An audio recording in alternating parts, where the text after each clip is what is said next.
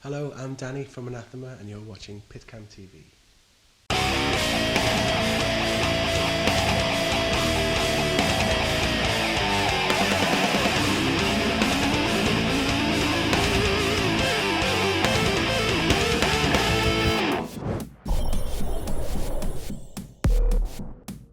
Hey, I'm Monica with PitCam, and I'm here with Danny from Anathema. Hey, Danny. Hello, Monica. Nice to see you again. Nice to see you again as well.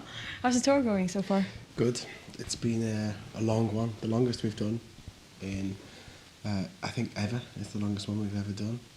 And we have a very good lineup. I mean, I'm really, really happy with everybody's musical contribution and how they're looking after themselves.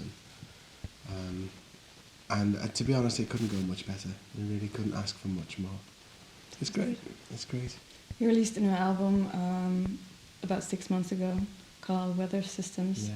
The songs of that album, how have they been received by the crowds on this tour? Very well. Yeah? Very well. Well, they were very well received generally. I mean, I was the first one to check the YouTube comments. Really? Yeah, I love all that.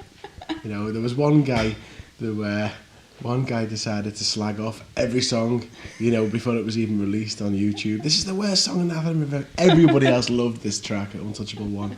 And there's one person, this is the worst thing they've ever done. You know, and he must be spending hours typing on every video and every blog, you know, this is terrible. You'd think he'd have something better to do. Yeah.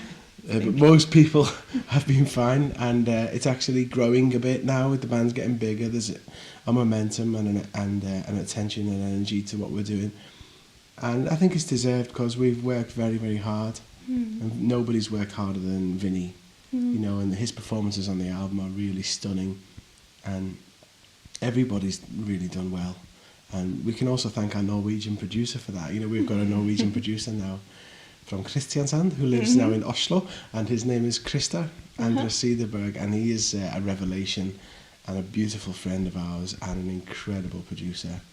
He's actually younger than us, and you know, and is part of the band, is part of the team.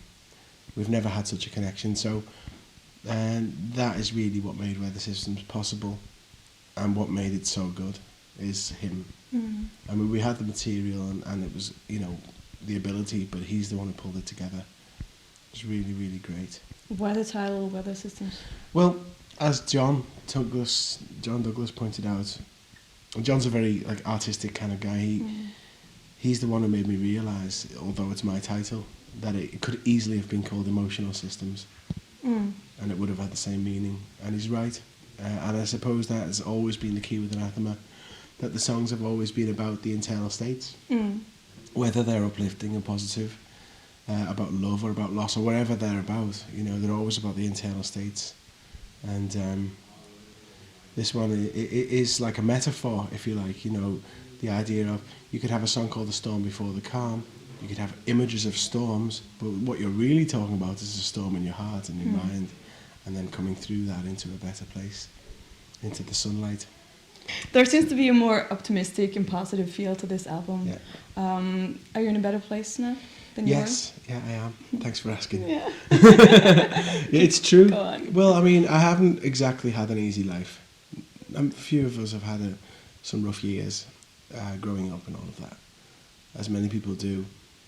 And I think what it did was it created, I mean, also I had bad experiences in my 20s with drugs. The kind of drugs that leave a lasting effect, such as LSD, mushrooms, marijuana, that kind of thing, alcohol. And I've seen huge family tragedies and stuff. So, cut a long story short, I was struggling to find balance. After the drug episode in my 20s, I was really struggling for years to get some semblance of equality. When I grew up, I was always fairly balanced. You know, I was a pretty bright kid, even with all the difficulties growing up. I was a pretty bright and optimistic person, but those episodes really did something to me that I didn't want. And I found it impossible to go back to my old self. I had to learn to be a new person, and I got as far as I could. And then in 2005, I went to get some help, finally, after 9 years of this. Since the episodes in my 20s, I went to get some help with a really good therapist. I only saw her 7 times, but it was a deep, beautiful, spiritual kind of therapy. It was like a deep meditational work with the unconscious mind, healing the inner child, awakening the deeper parts of the mind and the heart, and opening up perspectives and horizons. And I went through incredible moments there. I mean, seriously, life-changing, beautiful, unbelievable moments of oneness with yourself, and a connection. Like, everything made sense. Everything happened the way it needed to happen for me to get to this point. And it was just like, I am blessed and lucky to have seen life from that level of perspective, because most people haven't. And I stopped drinking after that, and I got into a healthier way of life, and got into some excuse me, like meditational practices and spiritual practices. And of course, with being a former kind of addict, I then had to put my energy onto something else. And so I got into like spirituality and self-help, you know, stuff a little bit, and got more into music and playing and listening to music, and that became my drug. And at the same time that this happened, I discovered an album by Sigur Rós called Tack, which is one of my favourite all-time records, and that seemed to hit me at exactly the right moment, because that album is like a thank you note to life. It's like a 1 hour thank you note to the glory and beauty and the peace and the love and the acceptance of life. And, you know, to me, there's beautiful music in there, but it's emotional in a different way. It's like golden tears. It's like the sunlight after a long storm, you know. And that's where songs like Sunlight and Lightning Song and Dreaming Light and, you know, Hindsight and all of those tracks started to come from that place. I also met one or two very significant people who changed me. Didn't intend to change me, but I went through some changes because I met one or two people and wrote songs like Untouchable 1 and 2 and Dreaming Light because of that. And then I wrote songs like Lightning Song and Hindsight and Sunlight about these inner states. Obviously nothing lasts forever, and after a couple of years there were some rocky patches again, and so there are some darker moods on the last album. I think 2 songs, The Lost Child and The Beginning and the End, have darker tones. And that's because, you know, there's always a little bit of shadow in your life, and, you know, it's part of being alive. So The Lost Child was an interesting one because it came from a dream, and that was a very, very profound and beautiful dream, because what happened was there was a boy, he was about 8 or 9 years old, and he was an orphan, living in an orphanage at the top of a very tall building. And it was like an old, old building. And he was in this old room, and there was other people in the room, like nurses and, you know, like Victorian times, and there were like other kids and stuff, but he wouldn't play with any of them. He seemed to be like autistic, and all he would do was rock backward and forward on this chair and sing a tune, and he wouldn't stop. And the nurses and the doctors and the staff, they were trying to get him to stop or to play with the other kids, and he wouldn't. And I walked into the room and said, don't stop him from doing it. It's a beautiful tune. So I took him by the hand. We went to a piano in the other room, a dusty old room with old toys, and we found the notes on the piano, and he was happy. And then I woke up, and the tune was totally filled in my mind at 4 a.m. So apparently, I don't remember, but apparently I woke Vinny up. Said, we've got to do something with this. Oh my God. So that's how, and then he recorded it for me before I forgot it. And then we both went to bed, and then he said, you woke me up in the middle of the night and with this thing. And he said, I think it's going to be one of the best songs we've ever had. So that was a lovely moment.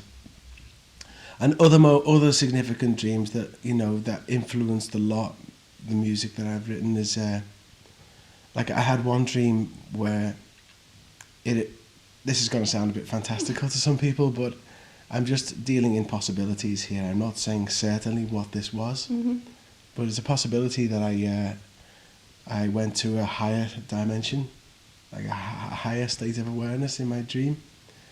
And there was I was doing yoga in a dream with a yeah, and there was a yoga position in this practice that we were doing where I had to put my arms out like this and be like a bird, just like the kids at the Glossary video on Sigur Rós at the end when they fly. Mm-hmm.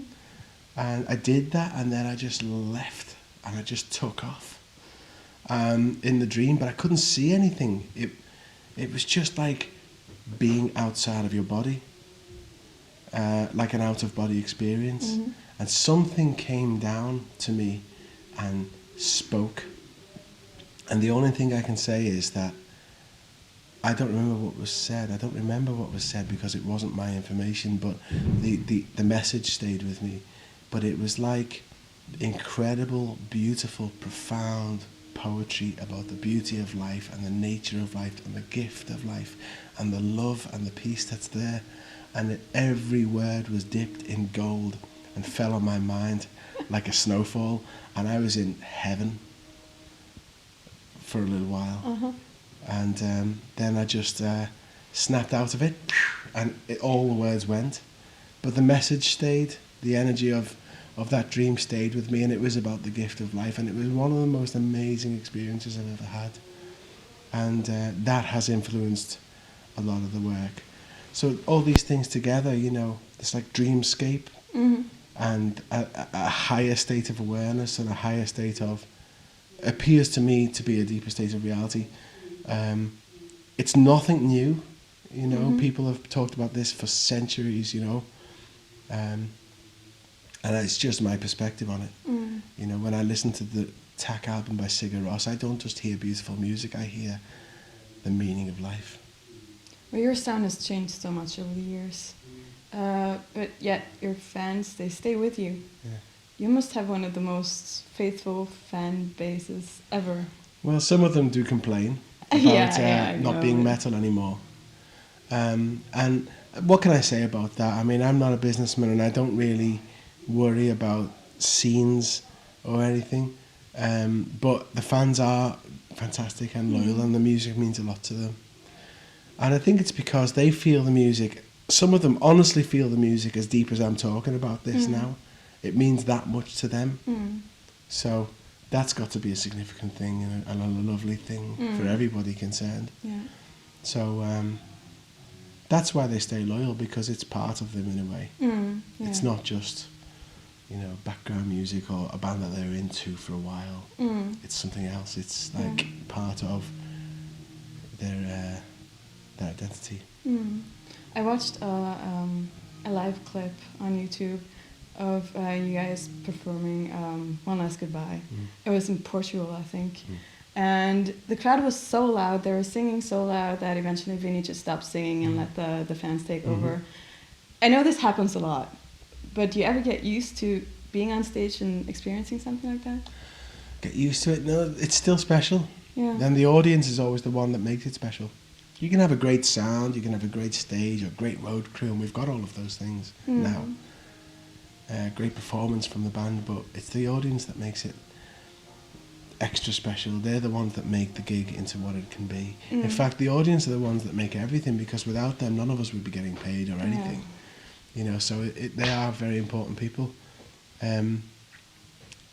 And they are, it's like a football team, you know, like if a team really needs to perform at a final of a cup game, and the crowd is right behind them, they feel lifted, they feel, okay, let's do it. You know, there's a bond with the team, and they do it for them, and, you know, and it's a bit like that. Yeah. But we're all on the same side, so we're on two opposites. Exactly. So let's just see where we go from here. Hopefully we can make an even better album. Vinny thinks we can make our Dark Side of the Moon. Oh, really? We haven't done it yet. Vinny thinks we can make something almost as good as that. When you start working on it? Well, we've already started. There's lots of demos and ideas kicking around, and tunes coming all the time. In sound checks, tunes are coming, so we'll just see where it goes. But we've got the songwriting team, we've got the production team and the players to make it all happen, so let's just see. Yeah. Sounds good. Thank you so much. You're welcome. Very good. Thank you.